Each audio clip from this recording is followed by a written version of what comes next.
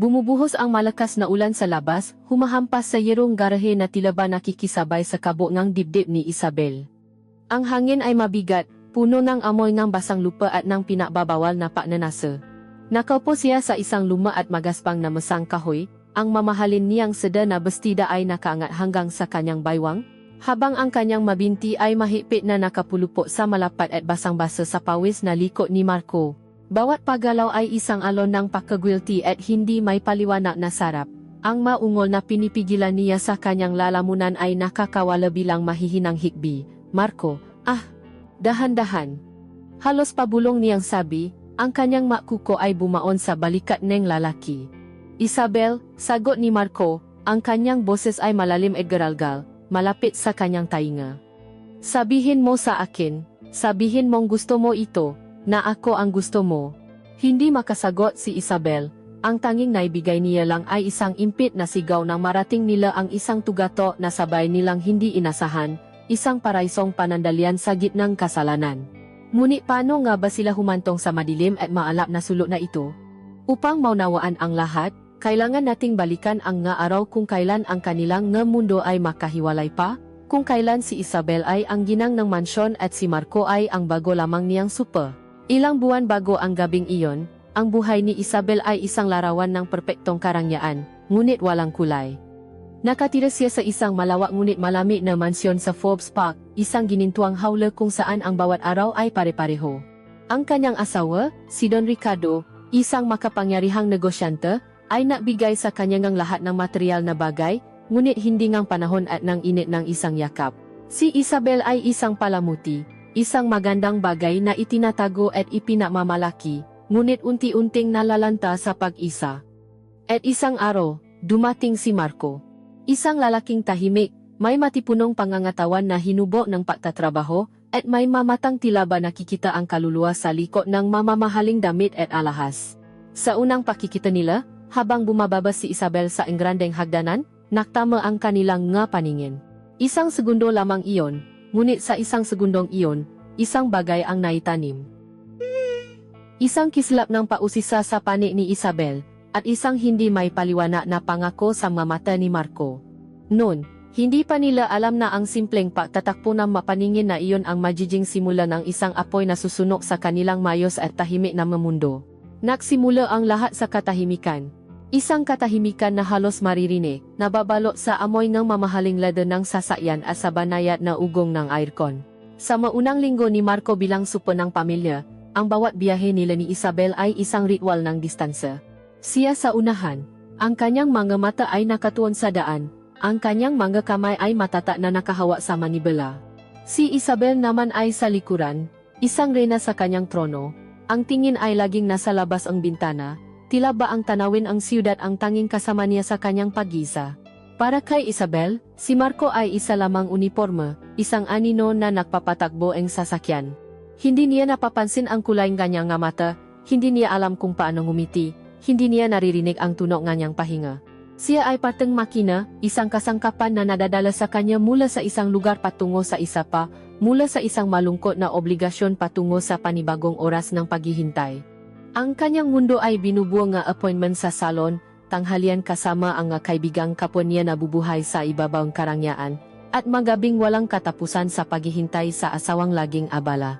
Sa mundong iyon, ang isang super ay walang muha, walang pangalan, walang kwento. Ngunit para kay Marco, si Isabel ay hindi isang anino. Sa salamin ng rearview mirror, si Isabel ay isang buong mundo na dahan-dahan niyang pinagmamasdan at pinag-aralan. Nakikita niya ang bawat detalye na hindi nakikita na iba. Nakikita niya ang bahagyang pangingini ng kanyang labi kapag kausap sa telepono si Don Ricardo, isang pangingini na pilit niyang itinatago sa isang pilit na ngiti. Nakikita niya ang pagod sa kanyang mata sa likod ng mamahaling sunglasses, isang kapaguran na hindi kayang takpan ng kahit anong pampaganda. Pinagmamasdan niya ang kanyang daliri, laging payat at perpekto ang pagkakamanicure, habang walang malay na gumuguhit ng hindi nakikitang linya sa bintana, tila ba nanais na makatakas. Sa bawat biyahe, isang bagong piraso ng palaisipan ang nabubuo sa isipan ni Marco. Ang alindog ni Isabel ay hindi may kakaila, isang kagandahang pambihira na kayang magpatigil ng hininga. Ang kanyang itim at alon-along buho ay kumikinang sa tuwing tinatamaan ng sina ng araw. Ang kanyang balat ay parang porselana, makinis at walang bahid. Ang kanyang mga damit ay laging bumabagay sa kanyang balingkinitang katawan, mga pirasong nakakahalaga ng higit pa sa buong sahod niya sa isang taon. Ngunit hindi ang pisikal na anyo ang tunay na nakakuha ng atensyon ni Marco. Ito ay ang kanyang kalungkutan. Isang kalungkutan na kasing lawak ng kanilang mansyon, kasing tahimik ng kanilang mga biyahe. Ito ay nasa paraan ng kanyang pakbuntong hininga kapag inaakala niyang walang nakakarinig. Ito ay nasa blangkong ekspresyon ng kanyang mukha kapag nakatingin siya sa kawalan.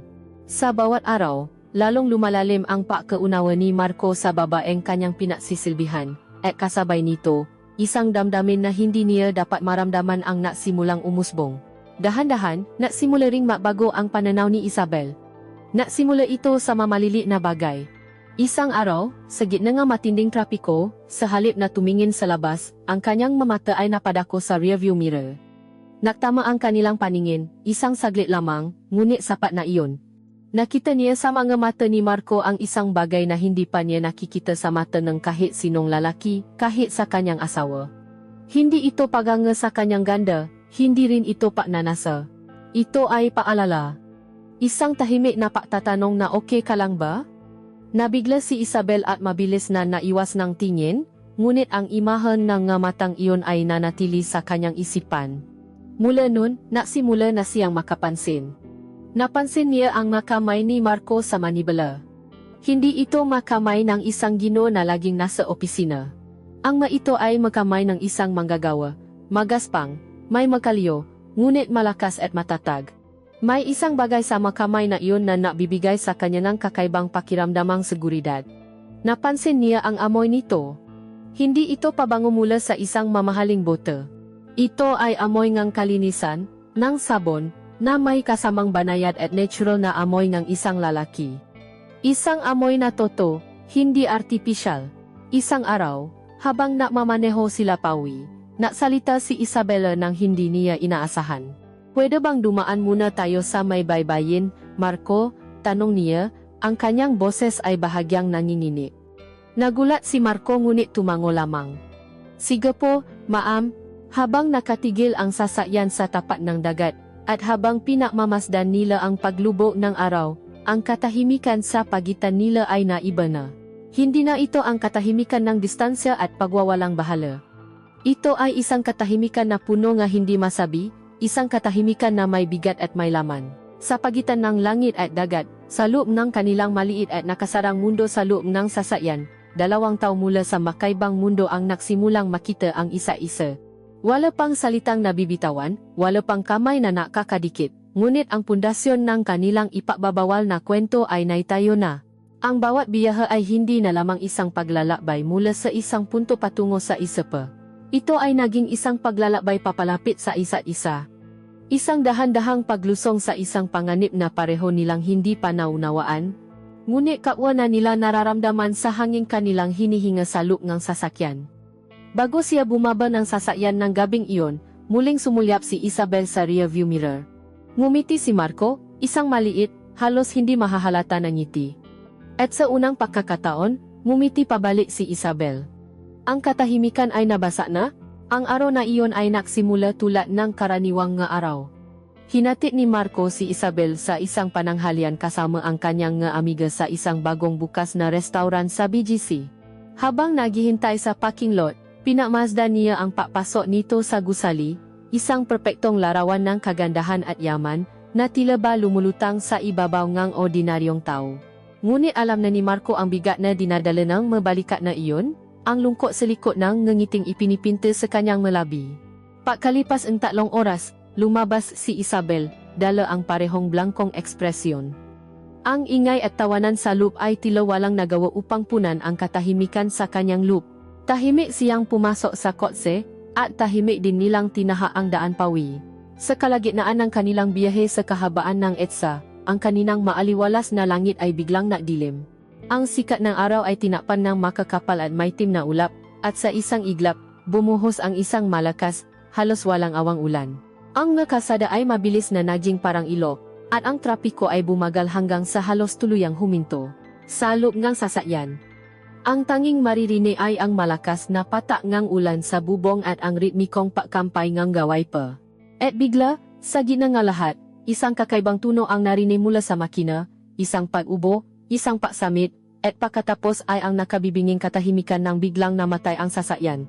Sinubukan ni Marco na i-start muli ang kotse, isang beses, dalawang beses, ngunit wala. Tila ba sumuko na rin ito sa bigat ng sitwasyon? Anong nangyari? Tanong ni Isabel, ang kanyang boses ay may bahid ni paalala. Pasensya na po, ma'am. Mukhang may problema po sa makina, sagot ni Marco, ang kanyang boses ay kalmado sa kabilangan sitwasyon. Ang unang reaksyon ni Isabel ay ang kunin ang kanyang telepono, ideal ang numero ni Ricardo. Ito ang kanyang nakasanayan, na sa bawat problema, si Ricardo ang solusyon. Ngunit ang tawag ay diretso sa voicemail. Sinubukan niya ulit. Voicemail pa rin. Isang pamilya na damdamin ng pagkabigo at pag-isa ang gumapang sa kanyang dibdib. Narito siya, stranded sa gitna ng bumubuhos na ulan, kasama ang isang taong halos hindi niya kilala, at ang taong dapat niyang sandalan ay hindi mahanap. Tumingin siya kay Marco, handa nang magpakita ng pakainis, ngunit natigilan siya. Nakita niya ang determinasyon sa mukha nito. Bumaba si Marco ngang sasakyan, hindi alintana ang malakas na ulan na agad bumasa sa kanyang puting uniforme. Binuksan niya ang hood at sinubukang tingnan kung ano ang problema, ngunit malinaw na wala siyang magagawa sa ganoong sitwasyon. Bumalik siya sa loop, basang-basa, ngunit ang kanyang kilos ay kontrolado pa rin. Ma'am, hindi ko po kaya dito. Kailangan po nating tumawa ng tulong. Pero habang nahihintay, hindi po tayo pwedeng manatili dito, delikado po. Inilibot ni Marco ang kanyang paningin at may nakita siyang isang maliit na kapihan sa kabilang gilid ng kalsada. Ang ilaw nito ay tila isang munting parola sa gitna ng unos. Ma'am, doon po muna tayo. Mas ligtas po doon. Nag-alinlangan si Isabel. Ang lugar ay mukhang luma at simple, malayo sa malugar na kanyang pinupuntahan. Ngunit nang tumingin siya sa labas, sa rumaragasang tubig baha at sa magalit na busina ng ibang sasakyan, alam niyang wala siyang papipilian. Tumango siya. Ang sumunod na ginawa ni Marco ang tuluyang bumasa sa pader sa pagitan nila. Walang paalinlangan, hinubad niya ang kanyang itim na jacket. Ma'am, gamitin niyo po ito para hindi kayo masyadong mabasa. Bago pa man makasagot si Isabel, binuksan na ni Marco ang pinto sa kanyang gilid at inalalayan siyang bumaba. Itinaas niya ang jacket sa ibabaw ng ulo ni Isabel, na naksilbing kanilang pansamantalang bubong. Sa patakbo nila patawid ng kalsada, naramdaman ni Isabel ang init ng braso ni Marco na bahagyang nakapatong sa kanyang likod upang gabayan siya. Naramdaman niya ang lakas nito, ang pagiging protektado. Sa ilang segundong iyon, hindi siya si Mrs. Isabel de Villa. Siya ay isang babae lamang na inaalalayan ng isang lalaki sa gitna ng bagyo. Papasok nila sa kapihan, ang amoy ng bagong lutong kape at ang init ng lugar ay sumalubong sa kanila. Umupo sila sa isang maliit na mesa sa sulok. Basang-basa si Marco, habang si Isabel ay bahagyang nabasa lamang dahil sa kanyang jacket. Salamat, Marco, sabi ni Isabel, sa pagkakataong ito, ang kanyang boses ay taos puso, walang bakas ang pagiging amo. Walang anuman po, ma'am. Umorder po muna kayo ng mainit na inumin, sabi ni Marco, bago ito lumayo upang tumawa ng tulong. Habang naisa sa mesa, pinakmasdan ni Isabel ang lalaki. Nakita niya kung paano ito magalang na nakipausap sa telepono, kung paano nito ipinaliwanag ang kanilang sitwasyon ng may kahinahunan at awtoridad. Sa unang pagkakataon, nakita niya si Marco hindi bilang isang super, kundi bilang isang lalaki. Isang lalaking may kakayahan, responsible, at higit sa lahat, mapaalala. Nang bumalik si Marco sa mesa, may dala na siyang 2 tasaang mainit na kape. Okay na po. Papunta na po ang tulong, pero baka medyo matagalan dahil sa baha, sabi niya. Sa halip na mayrita, isang hindi inaasahang kapayapaan ang naramdaman ni Isabel. Sa unang pagkakataon sa mahabang panahon, may ibang taong umako ang kanyang problema. Uminom ka na rin, sabi ni Isabel, itinuturo ang kape. Salamat po. Nagsimula silang mausap, sa simula, simpleng bagay lang. Tungkol sa ulan, sa kape, sa trapiko. Ngunit habang tumatagal, ang usapan ay lumalalim. Itinanong ni Marco ang tungkol sa librong binabasa ni Isabel na laging niyang nakikita sa tabi nito. Nagulat si Isabel. Napansin pala niya iyon. Ikinuwento niya ang tungkol sa nobela, at sa unang pagkakataon, may nakausap siyang totoong nakikinig, hindi nakukunwaring interesado. Si Isabel naman ang natanong. Saan ka lumaki, Marco? Nagsimula siyang mauwento tungkol sa kanyang simpleng buhay sa probinsya, sa kanyang nga magulang na magsasaka, sa kanyang nga pangarap na makapagpatayo ng sariling bahay. Walang halong drama, walang papapaawa. Simpleng kwento ang isang simpleng tao na may simpleng pangarap.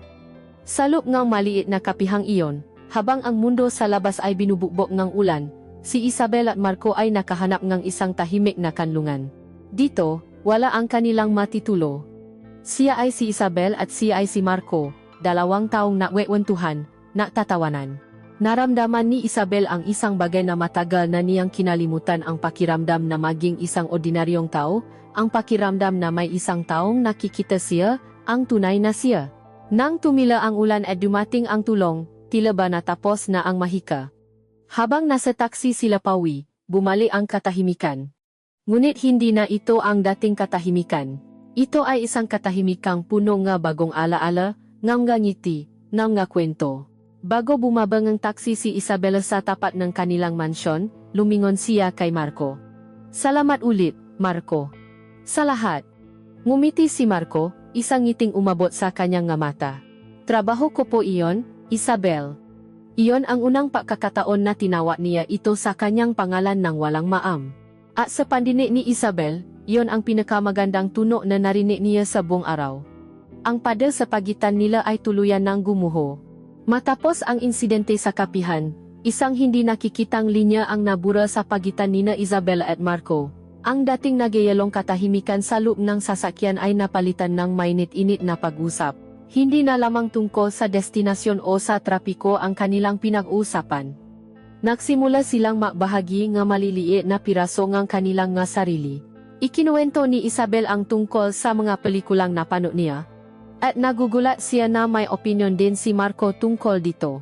Ibinahagi ni Marco ang mga nakakatawang karanasan niya sa paglaki sa probinsya, at sa unang pagkakataon sa loob ng maraming taon, narinig ni Isabel ang sarili niyang tumawa ng malakas at totoo sa loob ng kotse. Ang sasakyan ay naging kanilang munting mundo, isang santuwaryo kung saan ang isang ginang at ang kanyang super ay nagiging dalawang taong nakakaunawaan. Ngunit kasabay ng pag-unawang ito, may isa pang damdamin na nagsimulang sumibol at lumago, isang damdaming masalimuot at mapanganib. Nagsimula itong maramdaman ni Isabel sa paraan ng kanyang paghahanda sa umaga. Dati, ang pagpili niya ang damit ay base sa kung anong okasyon ang kanyang pupuntahan.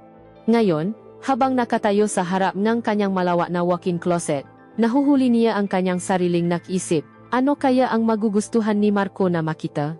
Itatanggi niya ito sa sarili, sasabihin para ito sa kanyang sariling kumpiyansa, ngunit ang katotohanan ay nasa paraan ng kanyang pagpili. Pipiliin niya ang bestidang medyo mas maikli, na kapag umupo siya ay bahagyang magpapakita ang kanyang ngahita. O di kaya ang blusang maili na medyo mas maluwa, na sa tuwing yumuyuko siya ay nabibigay ng isang panandaliang sulyap sa kanyang dibdib. Naging laro ito para sa kanya, isang tahimik na pagsubok sa kapangyarihan na hindi niya namalayang hinahanap-hanap pala niya. At si Marco, sa kanyang pwesto sa unahan, ay isang bihag ng larong ito, ang rearview mirror, na dati isang simpleng gamit lamang sa pagmamaneho, ay naging bintana niya sa isang tukso na unti-unti siyang nilalamon. Pilit niyang iwinawaksi, itinuon ang atensyon sa kalsada, ngunit ang nga mata niya ay may sariling isip. Bumabalik at bumabalik ito sa salamin, at sa bawat sulyap, isang bagong detalye ang kanyang natutuklasan. Nakikita niya ang paraan ng pagkagat ni Isabel sa kanyang ibabang labi kapag malalim ang iniisip nito. Napapansin niya ang mabilis na patibok ng ugat sa kanyang lik kapag masaya siyang nakakwento. Kabisado na niya ang bawat nunal sa kanyang balikat, ang paraan ng pagtaas ng isang kilay niya kapag hindi siya sang-ayon. Ang pagnanasa ay isang lason na dahan-dahang kumakalat sa kanyang sistema. Sa gabi, kapag maisa na siya sa kanyang maliit na kwarto, ang maimahang ito ay bumabalik upang pahirapan siya. Ginugulo nito ang kanyang patulo, pinupuno ang kanyang nga panaginip. Alam niyang mali. Siya ay empleyado. At si Isabel ay kanyang amo. Asawa ang isang makapangyarihang tao. Ang pag-iisip pa lamang nga masama dito ay isang malaking pagkakanulo. Ngunit ang puso at katawan ay may sariling batas na hindi kayang sundin ng isip. Nararamdaman ni Isabel ang ngatitik na iyon. Nararamdaman niya ang init nito na tumatago sa salamin na parang haplos sa kanyang balat. At sa halip na may lang, isang kakaibang kilig at kapangyarihan ang kanyang nararamdaman. Sa mundo ni Don Richardo, siya ay isang magandang bagay na tinitinan, ngunit hindi tunay na nakikita. Ngunit sa mata ni Marco, nararamdaman niyang siya ay sinusuri, bawat galaw, bawat hininga.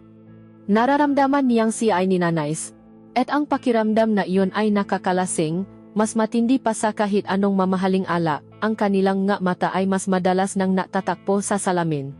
Hindi na ito maaksidente. Ito ay sinasadyang sandali, isang palitan ng matanong at sagot na walang salitang binibitawan. Ang matingin niya ay nagtatanong, nakikita mo ba ako? At ang matingin ni Marco ay sumasagot, ikaw lang ang nakikita ko.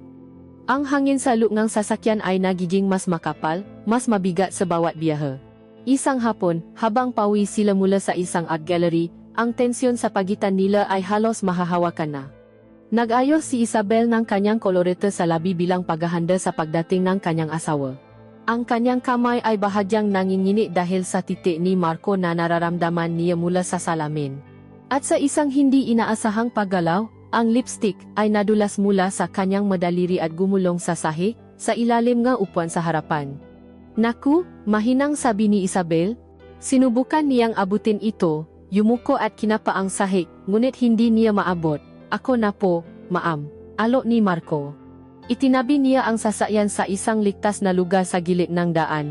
Tinanggal niya ang kanyang seatbelt at yumikot sa kanyang upuan. Ang kanyang katawan ay nakaharap na ngayon sa likuran.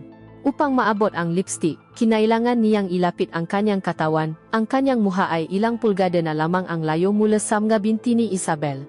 Biglang tumahimik ang mundo. Huminto ang pahinga ni Isabel. Ang tanging naririnig niya ay ang malakas na kabo ng kanyang dibdib. Naamoy niya ng mas malinaw ang pabangon ni Marco, isang amoy na panlalaki at nakakaakit. Nakikita niya ang bawat hibla ng buhok sa kanyang braso, ang bawat patak ng pawis sa kanyang no. Para kay Marco, ang sandaling iyon ay isang matinding pagsubok. Ang kanyang kamay ay kinakapa ang madilim na sahi, ngunit ang lahat ng kanyang pandama ay nakatuon kay Isabel. Nararamdaman niya ang init na namumula sa balat nito. Naririnig niya ang kanyang mabining pahinga.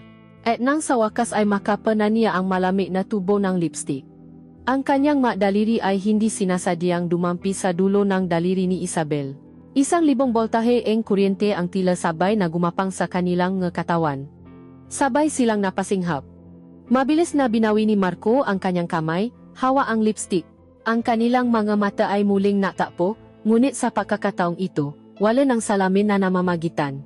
Nakita nila sa isa-isa ang pagkagulat, ang takot, at ang hindi may kakailang apoy ng pagnanasa. Walang nagsalita. Iniabot ni Marco ang lipstick, ang kanilang magkamay ay nangingini at halos hindi na muling nakadikit. Mabilis siyang bumalik sa kanyang pwesto, itinago ang kanyang mukha sa pamamagitan ng paharap sa daan. Kinuha ni Isabel ang lipstick, ang kanyang pisngi ay naiinit. Ipinapatuloy ni Marco ang pagmamaneho. Ang natitirang 5 minuto ang biyahe ay dinaanan nila sa isang bagong uri ng katahimikan. Hindi ito ang katahimikan ng pagkakawalay, hindi rin ang katahimikan ng pagkakaunawaan. Ito ay isang katahimikang mabigat, sumisikip, at puno ng bagay na hindi masabi. Ang isang simpleng pagdampi ng daliri ay nagbukas ng isang pinto na hindi na nila kailanman may sasara. Ang pagnanasa ay hindi na lamang isang usbong. Ito ay isa ng halimaw na nagising, at pareho silang nakakaramdam ng matinding takot at pananabik sa kung ano ang susunod nitong gagawin. Ang araw na lumipas matapos ang insidente sa lipstick ay puno ng isang mabigat na tensyon. Ang dating umusbong na usapan sa loob ng sasakyan ay napalitan ng isang maingat na katahimikan. Hindi na sila natitinginan sa salamin, ngunit ang kamalayan nila sa presensya ng isa-isa ay mas matindi pa kaysa dati. Bawat paggalaw, bawat pahinga, ay tila ba umalingaw-ngaw sa espasyong namamagitan sa kanila. Pareho silang nakatayo sa binggit na isang bangin, takot na tumingin sa ibaba, ngunit kapwa hindi makatalikod. Isang gabi, kailangan ni Isabel na dumalo sa isang charity ball, isa sa mga obligasyon niya bilang asawa ni Don Ricardo. Habang naayos sa harap ng salamin, nakita niya ang isang babaeng pagod na sa pakukunwari. Napapaligiran siyang karangyaan isang mamahaling evening gown na kumikinang, mga alahas na kayang bumuhay ng isang pamilya ngunit sa lublok niya, nararamdaman niyang siya'y hubad at nag-iisa. Sa buong gabi ng pagtitipon, pakiramdam niya ay isa siyang manonot sa sarili niyang buhay.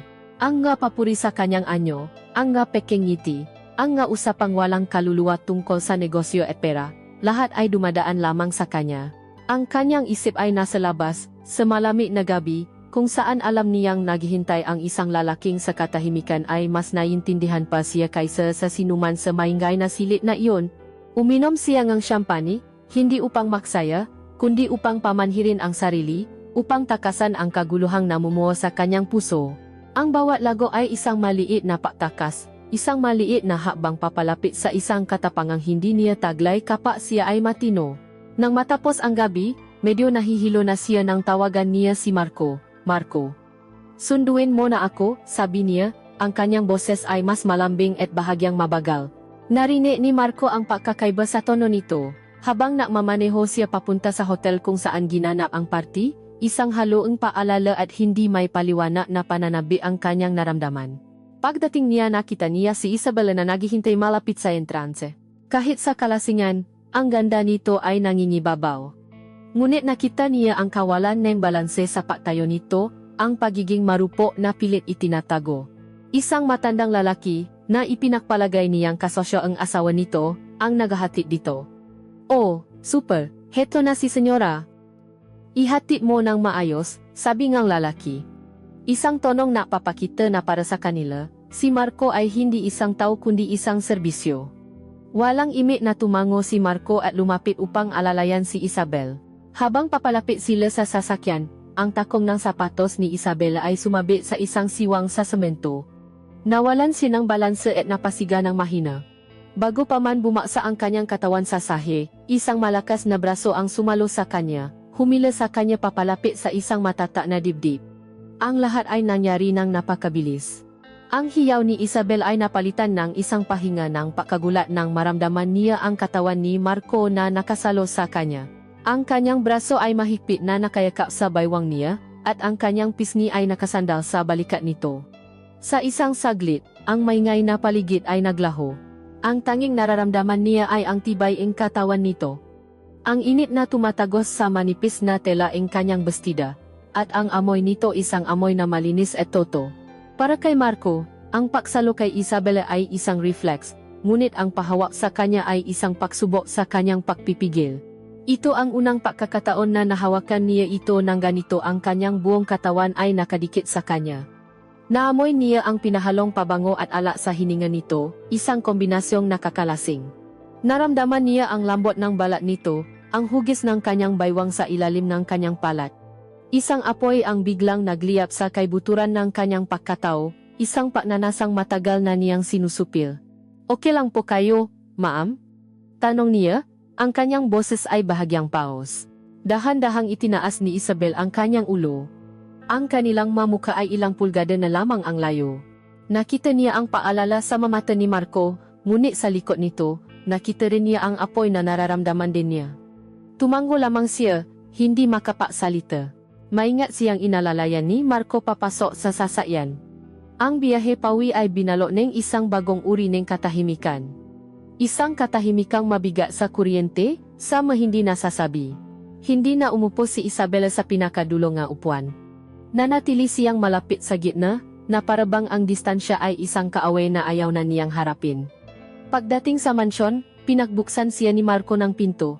Muli, nang subukan niyang tumayo, naramdaman niya ang pagkahilo. Kailangan niyo po ang tulong paayat. Alok ni Marco. Ang kanyang boses ay formal ngunit ang kanyang mga mata ay nagsasabi ngang iba.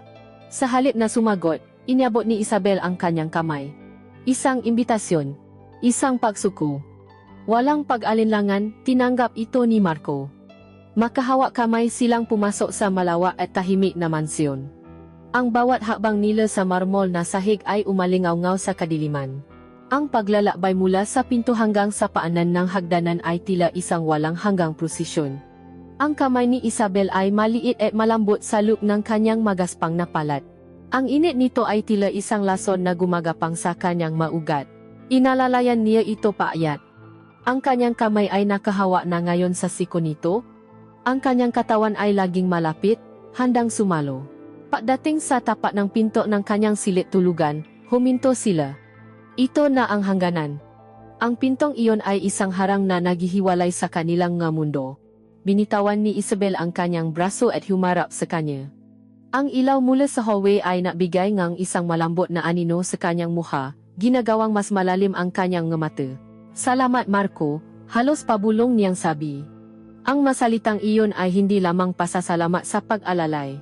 Ito ay isang pasasalamat sa lahat sa pag-alala, sa pag-unawa, sa pagtingin sa kanya bilang isang tao. Tumango lamang si Marco, ang kanyang lalamunan ay tila may bumara.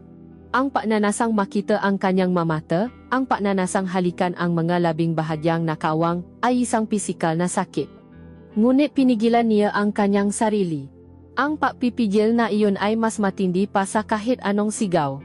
Natagal ang kanilang patititigan, isang sandaling puno nga posibilidad. Pagkatapos, dahan-dahang tumalikot si Isabel at pumasok sa kanyang silid, isinara ang pinto ng walang ingay, naiwan si Marco sa pasilyo, mag-isa sa dilim, ngunit hindi na siya ang dating Marco. Ang multong haplos ni Isabel, ang alaala ng bigat ng katawan nito, ang amoy nito na naiwan sa kanyang damit, ay nakbago sa kanya. Ang pagnanasa ay hindi na lamang isang kaisipan. Ito ay isa ng karanasan. At alam niya, sa kabuturan ng kanyang puso, na ang gabing ito ay simula pa lamang. Ang apoy ay nasindihan na, at hindi na magtatagal. Pareho silang masusunod dito. Si Don Ricardo ay muling umalis para sa isang business trip sa Europa, isang linggong pagkawala na dati nagiwan lamang kay Isabel ng pamilya na pag-isa. Ngunit ngayon, ang bawat araw ng kanyang pag-alis ay may dalang bagong bigat, isang halungang kalayaan at panganib. Ang mansyon, sa kawalan ng kanyang asawa, ay hindi na lamang malungkot. Ito ay naging isang entablado, nahihintay sa isang pagtatanghal na hindi pa naisusulat. Sa ikatlong gabi, isang malakas na bagyo ang dumating. Ang hangin ay humahagupit sa mapuno, at ang ulan ay walang tigil na bumabayo sa mabintana. Ang bawat dagundong ng kulo ay tila yumani sa pundasyon ng malaking bahay, at ang bawat kidlat ay panandaliang ginagawang multo ang nga anino sa loob. At sa kasaksagan ng unos, bumigay ang kuryente. Ang buong mansyon ay biglang nilamon ng kadiliman.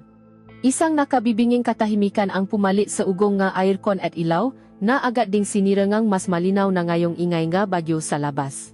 Si Isabel ay nag-isa sa kanyang malawak na silid. Ang takot na kanyang naramdaman ay isang takot na dalaing dilim at ang lakas ang kalikasan. Ngunit sa ilalim ng takot na iyon, may isa pang damdamin na gumagapang isang makasalanang pananabik. Ang gabing ito, ang unos na ito, ang kadilimang ito, ay tila isang pagkakataon. Isang perpektong dahilan. Tumayo siya, ang puso niya ay kumakarera. Ito na iyon. Sinasadya, pinili niyang iswat ang pinakanipis niyang damit pantulo na gawa sa seda, na halos lumalapat sa kanyang balat na parang pangalawang balat. At sa ilalim nito, isinuot niya ang isang set ng itim na lasa na lingre, isang sikretong baluti ng kanyang intensyon. Kumuha siya ng flashlight, at sa nanginginig nitong liwanag, tinaha niya ang daan palabas ng kanyang silid, pababa sa engrandang hagdanan. At patungo sa pinto na nagugnay ngang kusina sa garahe. Bawat hakbang ay isang debate sa kanyang isipan. Isang laban sa pagitan ng katinuan at ng isang malalim na kagustuhan.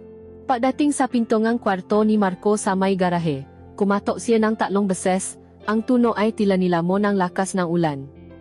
Bumukas ang pinto at bumungat sa kanya si Marco, gulo-gulo pa ang buhok, nakasuot lamang ng sando at shorts. Ang liwanag mula sa flashlight ni Isabel ay tumama sa kanyang dibdib, nakpinta ng anino sa matitipuno nitong nakalamnan. Ma'am Isabel, anong problema? Tanong niya, ang kanyang boses ay puno ng pag-alala. Marco, pasensya na sa abala, sabi ni Isabel, pilit na pinangingini ang kanyang boses. May naririnig kasi akong kakaibang ingay mula sa garahe. Natatakot ako. Ang mata ni Marco ay agad na naging alerto.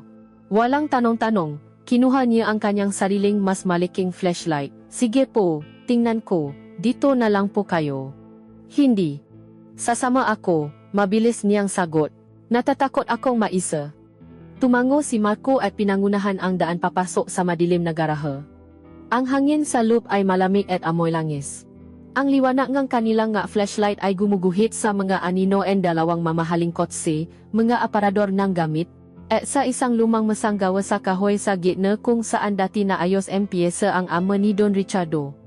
Maingat na inikot ni Marco ang bawat sulok, ang kanyang liwanag ay sumisiyasat sa bawat anino. Tahimik lamang na nakasunod si Isabel, ang tunog ng kanyang pahinga ay tila mas malakas pa sa dagundong ng kulok. Pagkatapos ng ilang minuto, humarap si Marco sa kanya. Wala naman pong kakaibang ingay, ma'am. Baka gawa lang pong hangin. Sa sandaling iyon, ang liwanag ng flashlight ni Marco ay direktang tumama sa mukha ni Isabel. At sa ilalim ng malupit na liwanag na iyon, nakita ni Marco ang lahat. Wala na ang pagkukunwari. Wala na ang pader sa pagitan nila.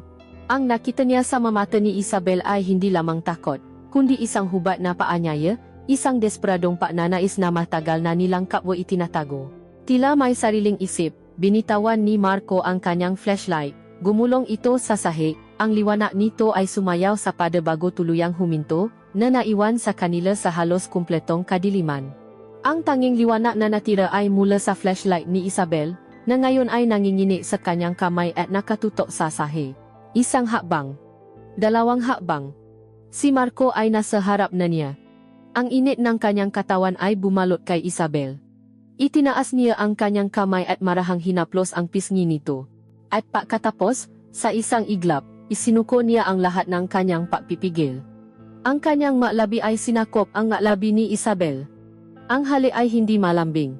Ito ay marahas, gutom, at punong mabuwan ng pinihil na pagnanasa. Ito ang lasa ng kasalanan, at ito ang pinakamasarap na bagay na natikman ni Isabel sa buong buhay niya. Tinulak niya ito ng bahagya, Marco. Hindi. Hindi pwede. Sabi niya sa pagitan ng mga halik, ngunit ang kanyang mga salita ay walang lakas. Malito. Diyos ko, malito. Ngunit habang sinasabi niya ito, ang kanyang makamay na kaninai tumutulak sa dibdib ni Marco ay gumapang paayat, pumulupot sa batok nito, at mas diniin pa ang kanilang mga labi. Ito ay isang paksuko, isang malayang papaparaya sa agos na matagal na nilang nilalabanan. Binuhat siya ni Marco na tila bawala siyang bigat at maingat ngunit mabilis siyang inilapa sa ibabaw ng malamig at magaspang na masang kahoy. Ang ginawngang kahoy sa kanyang likod ay isang matinding kaibahan sa apoy na nagsimulang magliyap sa pagitan nila. Sa isang malakas na pahata, pinunit ni Marco ang manipis na seda ng kanyang damit pantulo. Ang tunog ng napupunit na tela ay isang deklarasyon, isang pagwasa sa huling natitirang harang sa pagitan nila. Sa dilim, lumitaw ang itim na lase na nakabalot sa kanyang katawan. Hinaplos ni Marco ang kanyang dibdib, ang kanyang mahita, na parabang sinisigurong totoo ang lahat. Isabel. Ungol niya, ang kanyang mukha ay ibinaon niya sa pagitan ng kanyang masuso. Sabihin mong gusto mo to. Ang tanging naisagot ni Isabel ay isang ungol ng paksang-ayon, isang tunog na nakmula sa kaibuturan ng kanyang kaluluwa. Ang bawat halik, bawat haplos, ay isang paangkin. Ang kanilang magalaw ay mabilis, mabangis, na tila ba hinahabol sila ang oras, na tila ba anumang sandali ay magigising sila sa isang panaginip. Ang magadaing ni Isabel ay sinaliwan ng magadagundong ng kulok. Ang init na kanilang mga katawan ay lumikha ng singaw sa malamig na hangin ng garahe. Marco. Marco. Paulit-ulit niyang tawa sa pangalan nito, na parabang isang panalangin. Akin ka, Isabel, bulong ni Marco. Ang kanyang boses ay puno ng pagnanasa at pagsamba. Ngayong gabi, akin ka lang. At sa gitna ng unos, sa ibabaw ng isang lumang mesa, sa isang madilim na garahe, dalawang mundo ang nagbanggaan. Natakpuan ni Isabel ang isang uri ng kalayaan na hindi niya kailanman naramdaman sa malambot na kamangang kanyang matrimonial bed. At natakpuan ni Marco ang isang paraisong matagal na niyang pinapangarap ngunit alam niyang hindi kailanman magiging sa kanya. Nang marating nila ang tugatok, sabay silang napasigaw. Ang kanilang nga sigaw ay nilamon ng huling malakas na dagundong ng kulok. Pagkatapos, katahimikan. Ang ulan ay nasimula ng humina, at ang tanging maririnig na lamang ay ang kanilang nga pagod na pahinga. Nakayakap sila sa isa-isa sa dilim, ang pawis at ang luha ay makahalo sa kanilang nga balat. Walang nagsasalita. Hindi na kailangan. Ang kasalanan ay nagawa na. At sa katahimikan na iyon, pareho nilang naramdaman ang bigat nito, isang bigat na mananatili sa kanila magpakailanman. Ang kadiliman sa garahe ay unti-unting naglalaho, napapalitan ngang malamig at mapusiyaw na liwanag ng bukang liwewe na sumisilip sa malilit na bintana. Ang bagyo ay lumipas na, nagiwan ng isang mundong hinugasan at isang katahimikang mas nakabibingi pa kaysa sa unos. Sa ibabaw ng masang kahoy, ang init ng kanilang mga katawan ay dahan-dahang nawawala, at ang ginawngang katotohanan ay nagsimulang gumapang sa balat ni Isabel. Isang biglaang hiya ang bumalot sa kanya. Mabilis siyang kumilos, hinila ang punit-punit na seda upang takpan ang kanyang kahubaran, at tumalon pababa mula sa mesa. Hindi siya lumingon, hindi niya kayang tingnan ang mukha ni Marco. Walang salitang namutawi sa kanyang nga labi, tumakbo siya papalabas ng garahe, pabalik sa malaking bahay, na tila ba tinatakasan niya ang lugar ng kanyang krimen. Naiwan si Marco, maisa sa katahimikan, ang amoy ni Isabel ay nakakapit pa sa kanyang nga kamay, sa hangin, sa bawat sulok ng kanyang munting mundo. Pinulot niya ang kanyang flashlight, itinutok ito sa masang pinangyarihan ng lahat. Ang alaala ay bumalik sa kanya ng buong-buo at malinaw ang lambot ng kanyang balat, ang tunog ng kanyang maungol, ang paraan ng pagtawag niya sa kanyang pangalan. Isang ngiti ang gumuhit sa kanyang labi, ngunit mabilis din itong napalitan ng isang malalim na bigat sa kanyang dibdib. Ano ang nagawa niya? Ano ang nagawa nila? Kinaumagahan, ginising si Isabel ng sikat ng araw na tumatagos sa kanyang bintana. Sa isang saglit, kinalimutan niya ang lahat.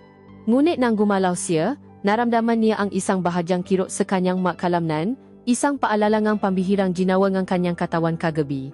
Napabangon siya at humarap sa malaking salamin. Hinanap niya ang anumang pagbabago. May bakas ba? May marka ba sa kanyang balat? Sa paningin ng iba, siya pa rin si Isabel de Villa, ang perpektong asawa. Ngunit sa kanyang sariling mata, nakita niya ang isang estranghero. Ang nga mata niya ay may kakaibang kislap, isang halong takot at ning isang bagong tuklas na buhay. Ang nga alaala ay bumalik na parang alon, ang marahas na halik, ang tunog ng napunit na tela, ang magaspang na kahoy sa kanyang likod, ang pagsabok ng sarap na yumani sa kanyang buong pagkatao. Isang matinding pakagwilti ang dumagan sa kanya. Nilapastangan niya ang kanyang asawa, ang kanilang tahanan, ang kanilang kasal. Ngunit sa ilalim ng pakagilty, may isang damdaming mas malakas at mas nakakatakot, isang pakiramdam ng pagiging buhay. Sa kauna-unahang pagkakataon, naramdaman niyang ang katawan niya ay tunay na sa kanya. Ang gabi sa garahe, sa kabilang ng kasalanan nito, ay ang pinakatotoong sandali sa kanyang buhay.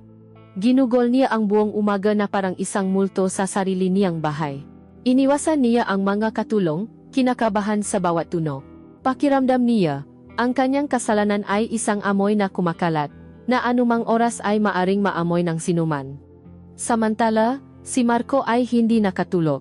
Ang buong gabi ay ginugol niya sa pag-isip, sa pagtimbang ang kanyang nga ginawa. Tiningan niya ang kanyang nga kamay na dapat sana'y bibigay ng serbisyo at protection, ngunit nga kamay na umangkin sa hindi sa kanya. Nakasala siya kay Don Richardo, ang taong nagbigay sa kanya ng tiwala at may magandang trabaho. Ngunit ang pag-ibig, o marahil ay ang matinding pagnanasa, ay isang lason na walang lunas. Ang alaala ni Isabel sa kanyang mabisi ay mas makapangyarihan kaysa sa anumang loyalty. Hindi na siya ang kanyang maam. Siya na ngayon si Isabel. Ang kanyang Isabel. At ang kaisipang iyon ay natanim ang isang mapanganib na pag-ari at pag-asa sa kanyang puso. Ang pinakakinatatakutan ni Isabel ay dumating. Mayroon siyang appointment sa isang spa. Kailangan niyang lumabas. Kailangan niyang harapin si Marco. Ang bawat hakbang niya pababangang hagdanan at palabas ng pinto ay parang paglalakat sa isang alambre. Nakita niya itong naghihintay sa tapat ng kotse, nakatayo ng tuwid sa kanyang malinis na uniforme. Nang makita siya nito, binuksan nito ang pinto ng sasakyan. Ang kanilang mamata ay hindi nagtakpo. Magandang umaga po, maam, sabi ni Marco, ang kanyang boses ay formal, ngunit may kakaibang panginginig dito. Magandang umaga, sagot ni Isabel, halos isang pabulong, bago mabilis na pumasok sa loop. At nagsimula ang biyahe. Ang katahimikan sa loob ng sasakyan ay mas mabigat, mas nakakabingi kaysa dati. Hindi na ito ang katahimikan ng makaibang mundo, o ang katahimikang puno ang nga nasimulang usapan. Ito ang katahimikan ng dalawang kasawa sa isang krimen. Ang bawat isa ay nakakulong sa sarili nilang isipan, pinapahirapan ng parehong alaala. Gustong maksalita ni Isabel, gustong itanong kung pinagsisisihan ba niya, kung ano na ang tingin niya sa kanya ngayon. Ngunit natatakot siya sa masagot. Gustong maksalita ni Marco, gustong sabihin na hindi iyon isang pagkakamali, na iyon ang pinakamagandang nangyari sa buhay niya. Ngunit alam niya ang kanyang lugar. Sila ay bumalik sa pagiging amo at super, ngunit isa na lamang itong papapanggap. Sa gitna ng biyahe, hindi na nila napigilan ang kanilang nga sarili. Ang mata ni Isabel ay napadako sa rearview mirror. At naroon siya, nakatingin na rin pala sa kanya. Ang kanilang nga titi ay natakpo, at sa pagkakataong ito, hindi na ito laro. Ito ay isang mabigat na palitan ng damdamin. Nakita ni Isabel sa mata ni Marco ang parehong pagkagwilty na kanyang nararamdaman, ngunit nakita rin niya ang isang malalim na pangungulila, isang apoy na hindi namatay. At nakita ni Marco sa mga mata ni Isabel ang takot, ngunit sa ilalim nito ay ang parehong apoy. Mabilis silang naiwas ng tingin, ngunit sapat na iyon, ang sikreto nila ay totoo. Ang nangyari ay totoo. At ang nararamdaman nila para sa isa-isa ay totoo. Nang dumating sila sa kanyang destinasyon, muling bumalik ang formalidad. Pinabuksan siya ni Marco ang pinto. Ngunit sa kanyang paglabas, sinadya man o hindi, ang kanilang daliri ay muling nagdampi. Ang parehong kuryente, ngunit ngayon, may kasama na itong alaala, isang alaala init ng pagsasama. Hindi na lumingon si Isabel habang naglalakad siya palayo. Ngunit ramdam na ramdam niya ang mata ni Marco na nakasunod sa bawah habang niya. Isang titik na hindi na lamang patingin, kundi isang paangkin. Sa araw na iyon, pareho nilang naunawaan na walang nang daan pabalik. Sila ay makaunay na ngayon, hindi sa isang relasyon, kundi sa isang sikretong kayang sumira sa kanilang parehong mga buhay. Ang kasalanan ay naging isang kadena, at sa bawat araw na makasama sila sa loob ng sasakyan, ang kadenang iyon ay mas humihipit, mas nagiging matamis, at mas nagiging mapanganib. Pagkatapos ng umagang iyon, ang bawat biyahe ay naging isang uri ng pagsubok. Ang katahimikan ay puno nga hindi masabi, at ang bawat sulyap sa salamin ay may dalang libo-libong kahulugan. Alam nilang pareho na hindi na sila maaring bumalik sa dati. Ang kasalanang kanilang pinaksaluhan ay isang binhi na naitanim na, at anumang pilit nilang pakbaon dito, ito ay naugat, lumalago, at humihingi ng liwana. Ang pagpipigil ay naging isang mabagal na kamatayan.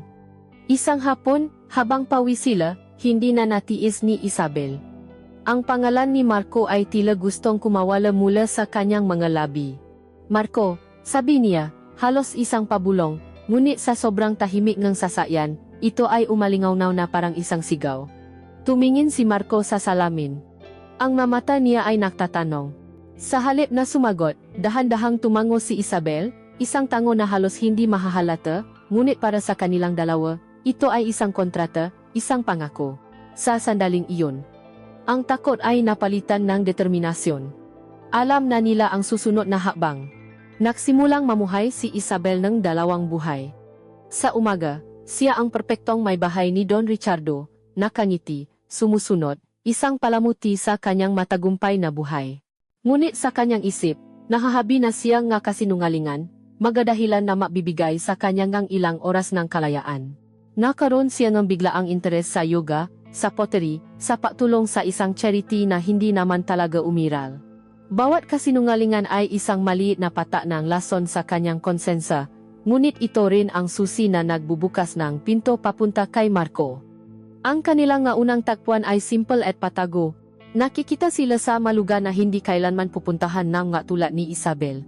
Sa isang maingay na food court sa isang luma at hindi sikat na mall, sa isang bangko sa Luneta Park habang nakmamasit sa mga batang naglalaro, sa isang maliit na karinderya na naghahahayin ng mainit na mami. Sa mga lugar na iyon, hinuhubad ni Isabel ang kanyang pagiging Davila. Siya ay nagiging si Belle na lamang, isang babaeng tumatawa ng malakas, kumakain gamit ang kamay, at nakikinig sa mga kwento ni Marco tungkol sa buhay. Sa mga sandaling iyon, naramdaman niyang mas totoo siya, mas buhay. Ngunit ang ninakaw na sandali ay hindi sapat. Ang kanilang maapausap, ang kanilang tawanan, ay laging may kasamang isang mabigat na paknanasa na hindi nila may pakawalan. Ang bawat pagdampingan kanilang mga kamay ay isang paalala nga apoy na minsan nang naliyap sa pagitan nila.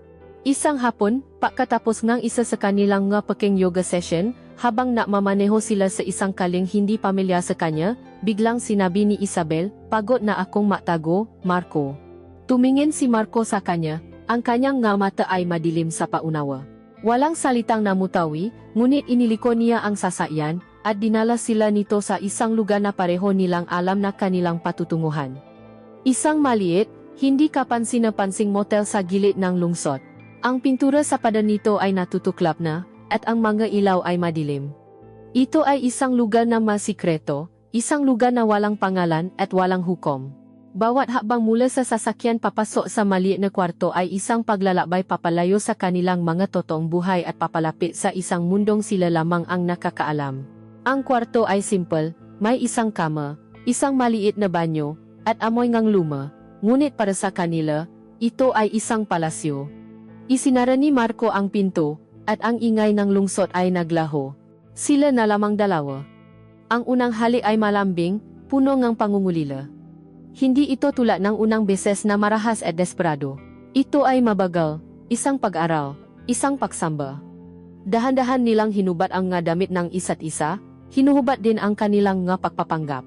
Hindi na siya ang ginang ng mansyon, hindi na siya ang super. Sila ay isang lalaki at isang babae na lamang, makaharap sa kanilang kahubaran at paknanasa. Sa pagkakataong ito, walang pakmamadali. Nais ni Marco na kabisaduhin ang bawat pulgada ng katawan ni Isabel. Ang kanyang makamay at labi ay naglakbay, mula sa kanyang lik, pababa sa kanyang dibdib, sa kanyang tiyan, hanggang sa kanyang mapaa. "Isabel, ang ganda mo." Bulong niya, ang kanyang hininga ay mainit sa balat nito. Para kang isang panaginip na natupad. Hinaplos niya ang bawat kurba, ang lambot ng kanyang ngahita, ang bilog ng kanyang puwit.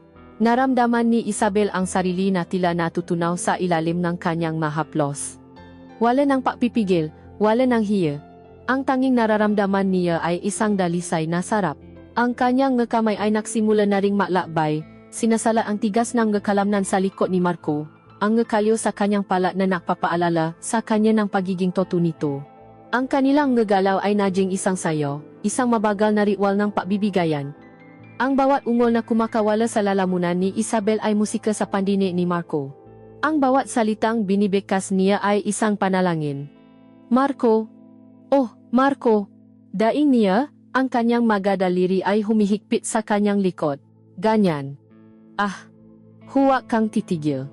Pakiusap." Ang kanyang masalita ay nagbigay ng lakas kay Marco.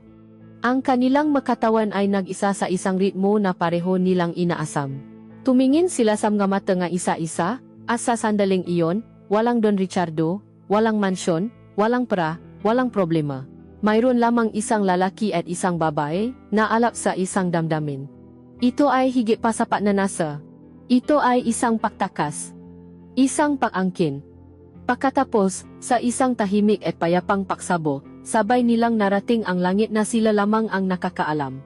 Humiga sila sa kama, makayakap, ang kanilang makatawan ay pagod ngunit ang kanilang makaluluwa ay buo. Hindi sila agad kumilos.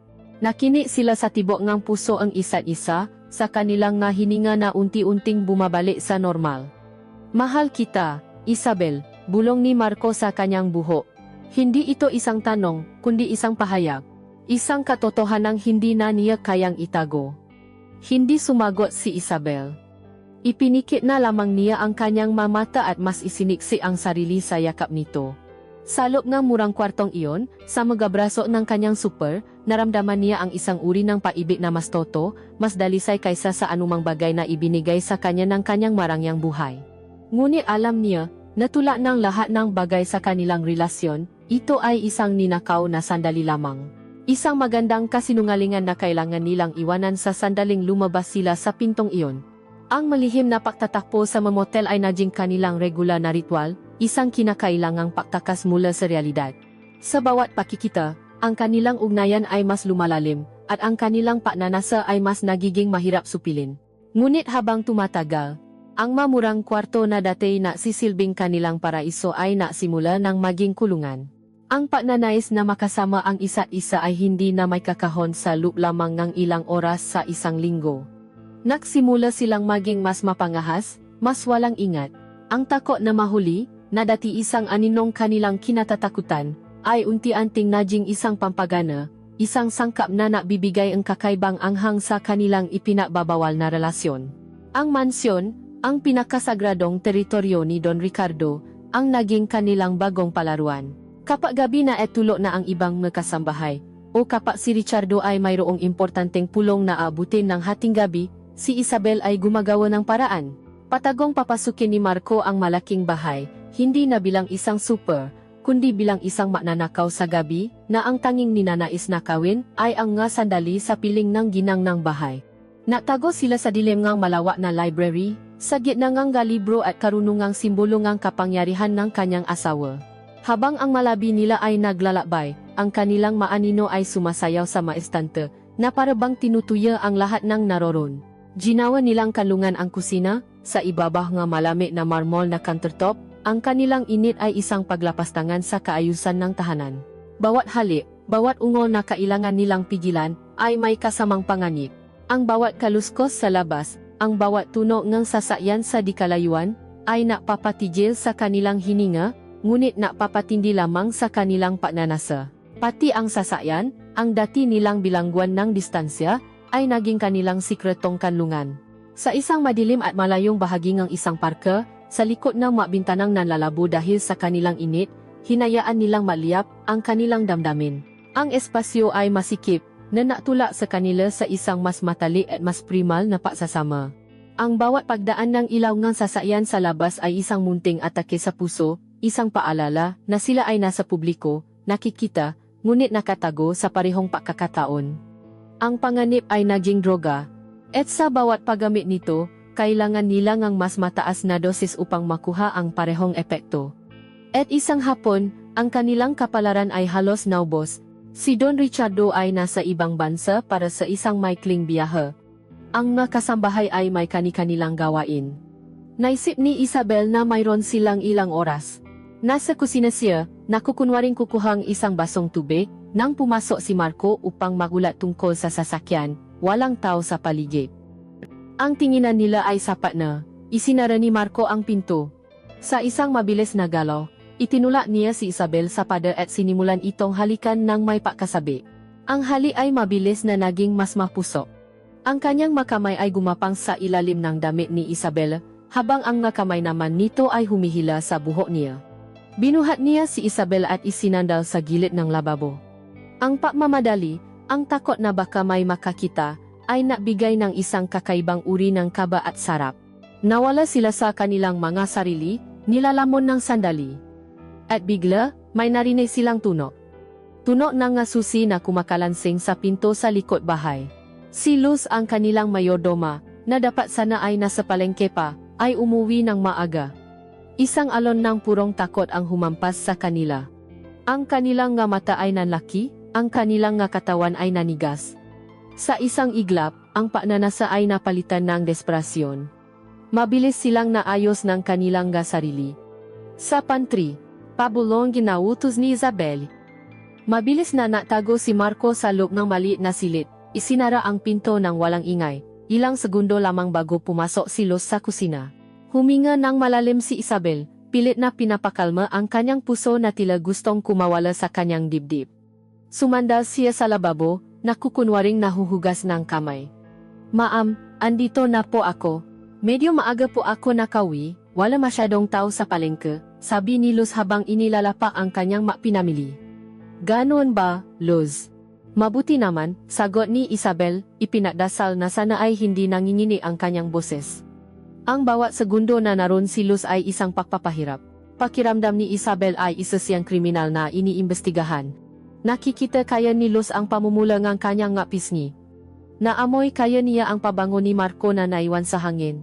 Mapapansin kaya niya ang gulo sa kanyang damit. Gusto niyo po bang merienda, ma'am? Tanong ni Luz. Hindi, salamat. Busog pa ako, mabilis niyang sagot. Sige po, ayusin ko lang po ito at maglilinis na po ako sa taas. Kinuha ni Luz ang walis at umalis ng kusina. Nang marinig nila ang mayaba nito na papalayo sa hagdanan, doon lamang nakahinga ng maluwa si Isabel. Nanginginig niyang binuksan ang pintong pantry. Lumabas si Marco, ang kanyang mukha ay maputla, ang kanyang nga mata ay puno ng takot na ngayon lamang nakita ni Isabel. Hindi sila nasalita, tumingin lamang sila sa isa-isa, ang bigat ng kanilang muntik ng pagkakahuli ay dumagan sa kanila. Ang lahat ng kilig, ang lahat ng pananabik, ay naglaho. Ang naiwan ay ang malamig at matigas na katotohanan ng kanilang sitwasyon. Ang laro nila ay hindi na basta laro. Ito ay isang sugal, at ang taya ay ang kanilang nga buhay. Nang gabing iyon, habang nakahiga si Isabel sa kanyang kama, hindi na niya maramdaman ang sarap ng alaala. Ang tanging nararamdaman niya ay ang malamig na takot. Pauli-uli na naglalaro sa kanyang isipan ang tanong. Paano kung nahuli sila? Ang bawat posibleng kahihinatnan ay mas masahol pa kaysa sa nauna. Naunawaan niya sa gabing iyon na ang apoy na nabibigay sa kanya nga init at buhay ay ang parehong apoy na anumang sandali ay maaring tumupo sa lahat ng mayroon siya. Ang panganib ay hindi na isang pampagana. Ito ay isa ng lason, at nararamdaman niya itong dahan-dahang kumakalat sa kanyang nga ugat. Ang munti ng pagkakahuli sa kusina ay isang marahas na sampal ngang katotohanan para kay Isabel at Marco. Ang kili at pananabik na dati nilang nararamdaman sa bawat panganib ay napalitan ng isang malalim at nakakaparalisang takot. Ang kanilang maninakaw na sandali ay nabahiran na ngang pagkabalisa. Naging mas maingat sila, mas mailap. Ang nga dating madalas na pagtatakpo ay naging bihira. Ang nga matatamis na usapan ay napalitan ng mga mabilis na tagubilin at mga tinging puno ng pag-aalala. Ngunit ang pagbabagong, ito sa kanilang kilos ay mayroon ding sariling epekto. Ang dating Isabel na malungkot at walang buhay ay naglaho na, ngunit ang pumalit ay hindi na rin isang babaeng masaya at nag-aalap sa pag-ibig. Ang bagong Isabel ay isang babaeng laging balisa. Siya ay madaling magulat, laging napapatalon sa bawat tunok. Ang kanyang telepono ay naging karugtong ng kanyang kamay, ngunit lagi itong nakatago, ang screen ay laging nakataok. Nagiba ang kanyang pagtulog, laging binabangungot, at sa umaga, ang kanyang nga mata ay may bakas ng pagkapuyat na hindi kayang takpan ng concealer. At si Don Ricardo, sa kabilang ang kanyang abalang schedule, ay hindi isang tanga. Siya ay isang negosyante, isang taong sanay na makbasa ng ibang tao, sanay na makita ang ngabita sa isang perpektong pada. Sa simula, hindi niya ito pinansin.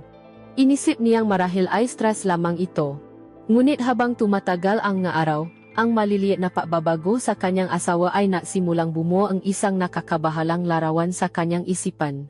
Napansin niya ito isang gabi habang sila ay naghahapunan. Umuwi siya ng mas maaga kaysa sa inaasahan. At naabutan niya si Isabel sa sala, nakatulala. Nang makita siya nito, isang malinaw na pagkagulat at takot ang gumuhit sa mukha nito bago ito napalitan ng isang pilit na ngiti. Richardo, ang aga mo yata, sabi nito. Ang boses ay masyadong masaya, masyadong matinis. Sa hapagkainan, habang nakakwento si Ricardo tungkol sa kanyang araw, napansin niyang ang isip ni Isabel ay nasa ibang lugar.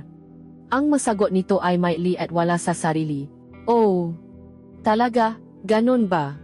At nang may isang motosiklong dumaan sa labas na may malakas na tunog, nakita niya itong napapitlak, ang kanyang makamay ay nanginginig. Isa pang pagkakataon, pumasok siya sa kanilang silid at nakita niya si Isabel na nakaupo sa kama, nakatiti sa kanyang telepono, isang maliit na ngiti ang nasa kanyang ngalabi. Ngunit sa sandaling naramdaman nito ang kanyang presensya, ang ngiti ay naglaho na parang bula. Mabilis niyang itinago ang telepono. Sinong ka-text mo? Tanong ni Richardo, ang kanyang boses ay kaswal, ngunit ang kanyang mata ay matalim. Ah, wala. Si Sofia lang. Tungkol sa yoga class namin bukas. Mabilis na sagot ni Isabel, umiwas ng tingin. Hindi na kumibo si Ricardo, ngunit itinanim niya ang impormasyong iyon sa kanyang isipan. Yoga class. Ang biglaang interest ng kanyang asawa sa napakaraming bagay. Ang nga pagbabagong ito ay nasimulang maturo sa isang direksyon, at ang kanyang tingin ay dahan-dahang napunta sa naiisang bagong elemento sa kanilang buhay. Ang naiisang tao na laging kasama ni Isabel sa yoga class at charity works nito, ang super Sinimulan ni Ricardo na obserbahan si Marco. Sa umaga, bago siya umalis, tatayo siya sa bintana ng kanyang pag-aral at papanurin niya ang pag-alis ng kanyang asawa. Nakikita niya ang formal na kilos ni Marco, ang pagbukas ng pinto, ang magalang na pagtango. Ngunit nakikita rin niya ang isang bagay na hindi niya mawari, isang segundong paktitik na tila mas matagal kaysa sa kinakailangan, isang tensyon sa mga balikat ni Marco na hindi nararapat sa isang simpleng super. Isang araw, tinanong niya si Isabel, "Kumusta naman ang trabaho ni Marco? Mayos ba?" Ang tanong ay simple, ngunit ang epekto nito kay Isabel ay parang isang paksabo.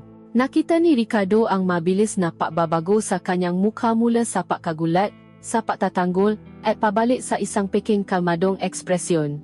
"O naman, mayos siyang matrabaho." "Magalang," sagot niya, "masyadong mabilis, masyadong detalyado." Ang hinala ni Don Ricardo ay hindi na lamang isang bulong sa kanyang isipan. Ito ay isa ng umugong na sigaw. Ngunit hindi siya kumprontasyonista. Ang kanyang paraan ay mas tahimik, mas tuso. Isang gabi, habang nakahiga na sila sa kama, ang silid ay madilim at tahimik. Ipinatong ni Ricardo ang kanyang kamay sa balikat ni Isabel. Naramdaman niya itong nanigas sa kanyang pakdampi. Hinaplos niya ito ng marahan. "Naging abala ka nitong mga nakaraang buwan, mahal," sabi niya, ang kanyang boses ay malambing, ngunit may lami sa ilalim nito. "Napapansin kong mas madalas kang lumalabas. Masaya ako para sa iyo." Hindi umimik si Isabel, ang kanyang puso ay nagsimulang bumilis.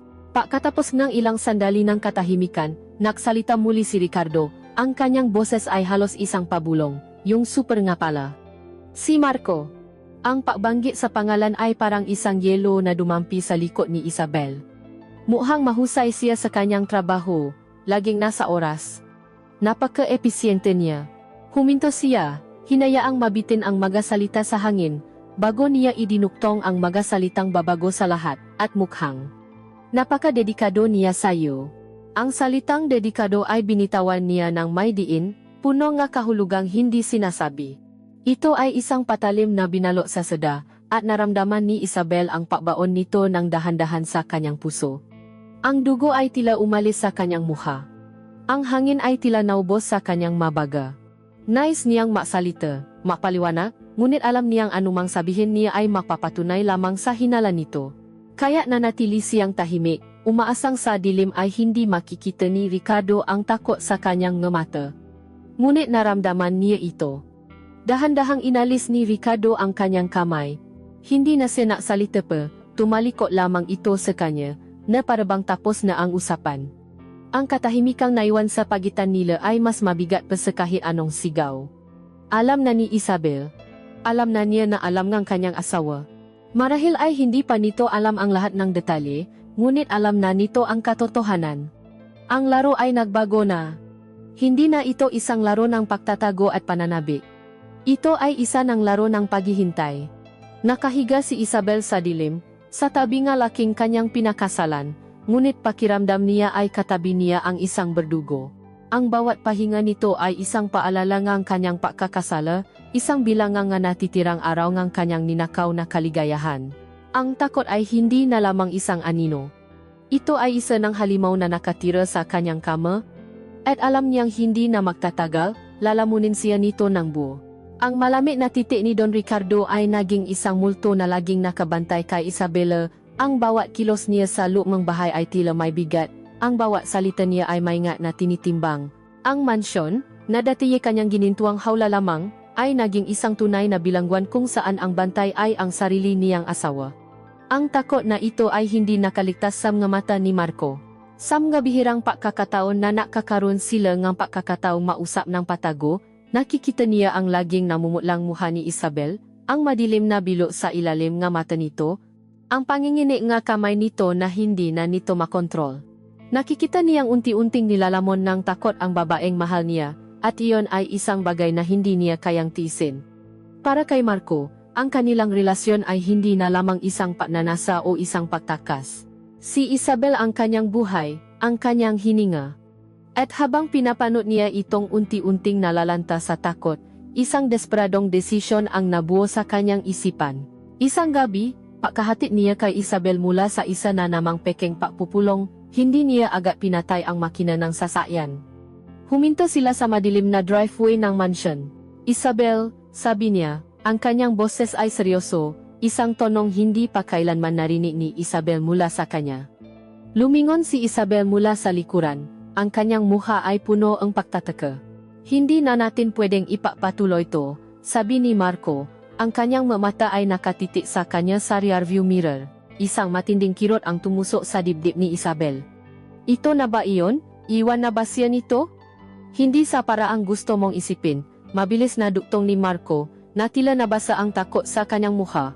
Hindi ko na kayang makita kang ganito, laging natatakot, laging naaalala. Hindi ko na kayang maging super mo lang sa umaga, at kabit mo sa gabi, habang alam kong nasa panganib ka. Huminga siya ng malalim, tila kinukuha ang lahat ng lakas sa kanyang katawan. Isabel, sumama ka sa akin. Ang nga salita ay binitawan niya na parang isang bato na bumaksak sa tahimik na tubig. Ano? Halos hindi makapaniwalang tanong ni Isabel. Umalis tayo. Itatakas kita. Magsimula tayo ang bago. Sa probinsya namin, simple lang ang buhay. Hindi ko maibibigay sa iyo ang mansyon na to, ang nga kotse, ang nga alahas. Pero may bibigay ko sa iyo ang sarili ko. Mamumuhay tayo ng tahimik, ng walang takot. Alagaan kita. Mamahalin kita ng hayagan. Isabel, pakiusap, sumama ka sa akin. Ang bawat salita ni Marco ay isang suntok sa realidad para kay Isabel.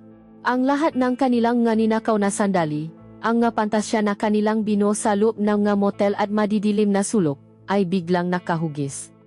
Hindi na ito isang laro. Ito na ang katotohanan. At ang katotohanan ay nakakatakot. Ang romantikong ideya ng pagtakas, ng paiwan sa lahat para sa paibig, ay isang magandang kwento sa libro. Ngunit sa tunay na buhay, ito ay isang bangungot. Napatingin siya sa malaking mansyon sa kanyang harapan, ang nga ilaw nito ay nagniningning na parang nga bituin. Iyon ang kanyang buhay. Ang seguridad, ang kapangyarihan. Pagkatapos ay tumingin siya kay Marco, sa lalaking naturo sa kanya kung paano magmahal at mabuhay. Ang simple, tapat, at mapanganib na daan. Sa masumunod na araw, si Isabel ay naging isang bilanggo hindi na lamang sa kanyang bahay, kundi sa kanyang sariling isipan. Ang alok ni Marco ay isang lason at isang lunas. Gabi-gabi, habang nakahiga sa tabing ng humihilik na si Richardo, iniisip niya ang dalawang posibleng buhay. Sa isang panaginip, nakikita niya ang kanyang sarili sa isang maliit na bahay sa probinsya. Ang kanyang makamay, na dati sanay lamang sa pahawa ng kapitangang syampaye, ay ngayon nagluluto, nagtatanim. Kasama niya si Marco. Nagtatawanan sila sa ilalim ng punong nganga. Simple ang kanilang pagkain, simple ang kanilang damit, ngunit ang kanilang nga puso ay puno. Wala ang takot. Wala ang pagkukunwari. Mayroon lamang pagmamahal. Ito ang buhay na pinapangarap ng kanyang puso. Ngunit pagkatapos, darating ang isa pang panaginip, isang bangungot. Nakikita niya ang kanyang sarili, tumatanda, ang kanyang balat ay nasusuno sa araw, ang kanyang nga kamay ay nagiging magaspang. Nakikita niya ang pagod sa mukha ni Marco habang ito ay nababanat ng buto para sa kanila. Nakikita niya ang pangungulila sa kanyang nga mata para sa buhay na kanyang tinalikuran, ang malambot na kama, ang masasarap na pagkain, ang respeto ng lipunan. Naririnig niya ang nga sismis ng nga tao, ang panghuhusga. Iyan ang asawa ng mayaman na ipinapalit ang lahat para sa isang hamak na supa. Ang paibig ba ay sapat na upang punan ang isang tiyan na gutom? Ang mahalik ba ay kayang takpan ang isang bubong na tumutulo? Dito, sa realidad ng kanyang sitwasyon, gumuho ang lahat ng kanyang ilusyon. Naunawaan niya na ang pagiging babae na itinuro sa kanya ni Marco, ang pagiging malaya, ang pagiging ninanais ay isang bagay na kaya niya lamang maranasan dahil mayroon siyang safety net. Naranasan niya ang panganib dahil alam niyang mayroon siyang babalikang seguridad. Ang paibig nila ay umusbong sa masiwang ang kanyang perpektong buhay. Ngunit hindi ito kayang mabuhay sa labas nito. Ang pagpili kay Marco ay hindi lamang pagpili sa paibig. Ito ay pagpili sa kahirapan, sa kawalan, sa pagiging isang wala. At si Isabel, sa kabilang lahat, ay hindi isang wala. Siya si Mrs. Davila. At ang pangalang iyon, kasama ang lahat ng bigat at karangyaan nito, ay isang kadenang hindi niya kayang, o marahil ay ayaw, tanggalin. Isang gabi, habang naisa, Tumayo siya sa harap ng kanyang walk-in closet. Ang isang pada ay puno nga damit mula sa mga pinakasikat na designer. Ang isa naman ay puno nga sapatos na nakakahalaga ang isang buong bahay. Hinaplos niya ang isang sedan na bestida, ang lambot nito ay pamilyar at nakakapanatag. Pagkatapos, mula sa kanyang drawer nga alahas, kinuha niya ang isang maliit na kahon. Sa loob nito ay isang tuyong bulaklak ng sampagwita na minsan ay ibinigay sa kanya ni Marco, pinulot mula sa isang nagtitinda sa kalye. Hinawakan niya ang dalawang bagay sa makabilang kamay, ang sedan na bestida at ang tuyong bulaklak. Ang kanyang buong buhay ay nasa kanyang ngapalat, ang marangyang kasinungalingan, at ang simpleng katotohanan. Dahan-dahan, isinara niya ang kanyang palat sa ibabawng bulaklak, dinuduro ito hanggang sa maging alikabok. Isang luha ang pumata mula sa kanyang mata. Ang papili ay nagawa na. Ang kailangan na lamang ay ang tapang upang sabihin ito. Kinabukasan, ang bigat ng kanyang desisyon ay parang isang malaking bato na nakadagan sa dibdib ni Isabel. Alam niya kung ano ang kailangan niyang gawin, at alam niyang dudurugin nito hindi lamang ang puso ni Marco, kundi pati na rin ang natitirang bahagi ng kanyang kaluluwa. Pumasok siya sa sasakyan ng umagang iyon, hindi para sa isang pekeng appointment, kundi para sa isang huling paglalakbay. Marco, sabi niya, ang kanyang boses ay mahina at walang buhay. Pwede mo ba akong dalhin sa may baybayin? Kung saan tayo unang huminto? Hindi umimik si Marco, ngunit ang kanyang kamay ay humigpit sa manibela. Sumunod siya, at dinala sila ng sasakyan sa pamilya na lugar na iyon, kung saan ang dagat at langit ay muling magiging saksi sa kanilang kwento sa pagkakataong ito. Sa pagtatapos nito, pinatay niya ang makina. Ang tanging maririnig ay ang banayat na hampas ng mga alon sa dalampasigan. Ito ang katahimikang sinira nila ilang buwan na ang nakalipas. Ngayon, niyayakap sila nitong muli, ngunit sa pagkakataong ito, ang dala nito ay pamamaalam. May desisyon na ako, panimula ni Isabel, ang kanyang mata ay nakatitis sa kawalan. Bawat salita ay parang bubok na kailangan niyang ilabas sa kanyang lalamunan. Patawarin mo ako, Marco. Sa mga salitang iyon, naramdaman niya ang pagbaksak ng mga balikat ni Marco sa upuan sa harapan. Hindi na niya kailangang mapaliwanag pa. Alam na nito ang sagot, ngunit ipinagpatuloy niya. Dahil utang niya dito iyon. Patawarin mo ako dahil hindi ako kasing tapang mo, sabi niya. Ang nga luha ay naksimula ng mamuo sa kanyang nga mata. Mahal kita. Marco, maniwala ka. Ikaw ang naturo sa akin kung paano mabuhay, kung paano magmahal. Sa'yo ko lang naramdaman na ako ay ako, pero ang pagmamahal na iyon, ang buhay na iyon, hindi ko kayang panindigan. Lumingon siya at sa wakas ay tinignan niya ito. Ang mukha ni Marco ay isang maskara ng sakit, ngunit walang galit, walang panunumbat. Ang buhay na alam ko, ang seguridad, ang pangalan. Lahat ng iyon ay isang hawla, alam ko, ngunit ito ang hawla na kinalakihan ko. Natatakot ako, Marco. Natatakot akong lumipat dahil hindi ko alam kung paano mabuhay nang walang mga rehas na ito. Ang mga luha ay malaya nang dumaloy sa kanyang mga pisngi. Dua ako. At dahil sa kaduwagan kong ito, sasaktan kita. Patawarin mo ako. Hindi nagsalita si Marco sa loob ng ilang minuto. Tumingin lamang ito sa dagat, ang kanyang panga ay mariing nakatikom. Pagkatapos, dahan-dahan siyang humarap, at nakita ni Isabel ang luhang pumata mula sa isa niyang mata. Naintindihan ko, Isabel, sabi niya, ang kanyang boses ay basa. Mula sa simula, alam ko namang suntok sa buwan ito. Isang super na nangarap na mahalin ng isang reyna. Hindi, mabilis na sabi ni Isabel. Para sa akin, hindi ka kailanman naging super lamang. Salamat doon, sabi niya, isang mapait na ngiti ang sumilay sa kanyang ngalabi. Sana maging masaya ka, Isabel. Sana, isang araw, makalaya ka sa hawlang iyan, kahit hindi na ako ang kasama mo. Iyon na ang huli nilang pausap. Ang biyahe pabalik sa mansyon ay isang prosesyon ng dalamhati. Pagdating nila, bago bumaba si Isabel, natama muli ang kanilang mga mata sa huling pagkakataon. Isang tingin na naglalaman ng lahat ng simula, ng gitna, at ng wakas. Pagkatapos ay tumalikod na siya at pumasok sa malaking pinto ng kanyang tahanan. Isinasara hindi lamang ang pinto, kundi ang pinakamahalagang kabanata ng kanyang buhay. Kinabukasan, ibinalita ni Luz na na-resign na si Marco. Naiwan lamang daw ito ngang sulat ng pasasalamat at imalis na nang walang paalam. Hindi na nila ito muling nakita. Lumipas ang nga taon. Walang nakbago sa ibabaw ng buhay ni Isabel. Si Don Ricardo ay tumanda at naging mas abala pa sa kanyang negosyo. Ang mansyon ay nanatiling malawa at tahimik. Ang kanyang maalahas ay mas dumami at mas kumikinang. Siya pa rin si Mrs. Isabel de Villa, ang larawan ng kagandahan at karangyaan. Ngunit sa loop, siya ay abo na lamang. Ang kislap sa kanyang mga mata ay napalitan ng isang permanenteng aninungang kalungkutan. Ang kanyang mga ngiti ay hindi na umaabot sa kanyang mga mata. Siya ay gumagalaw, nagsasalita, humihinga, ngunit hindi na tunay na nabubuhay. Ang babaeng ginising ni Marco ay hindi namatay. Ito ay ikinulong sa kaibuturan ng kanyang pagkatao, isang bilanggo na habang buhay na nakdurusa sa alaala ng kalayaang minsan nitong natikman.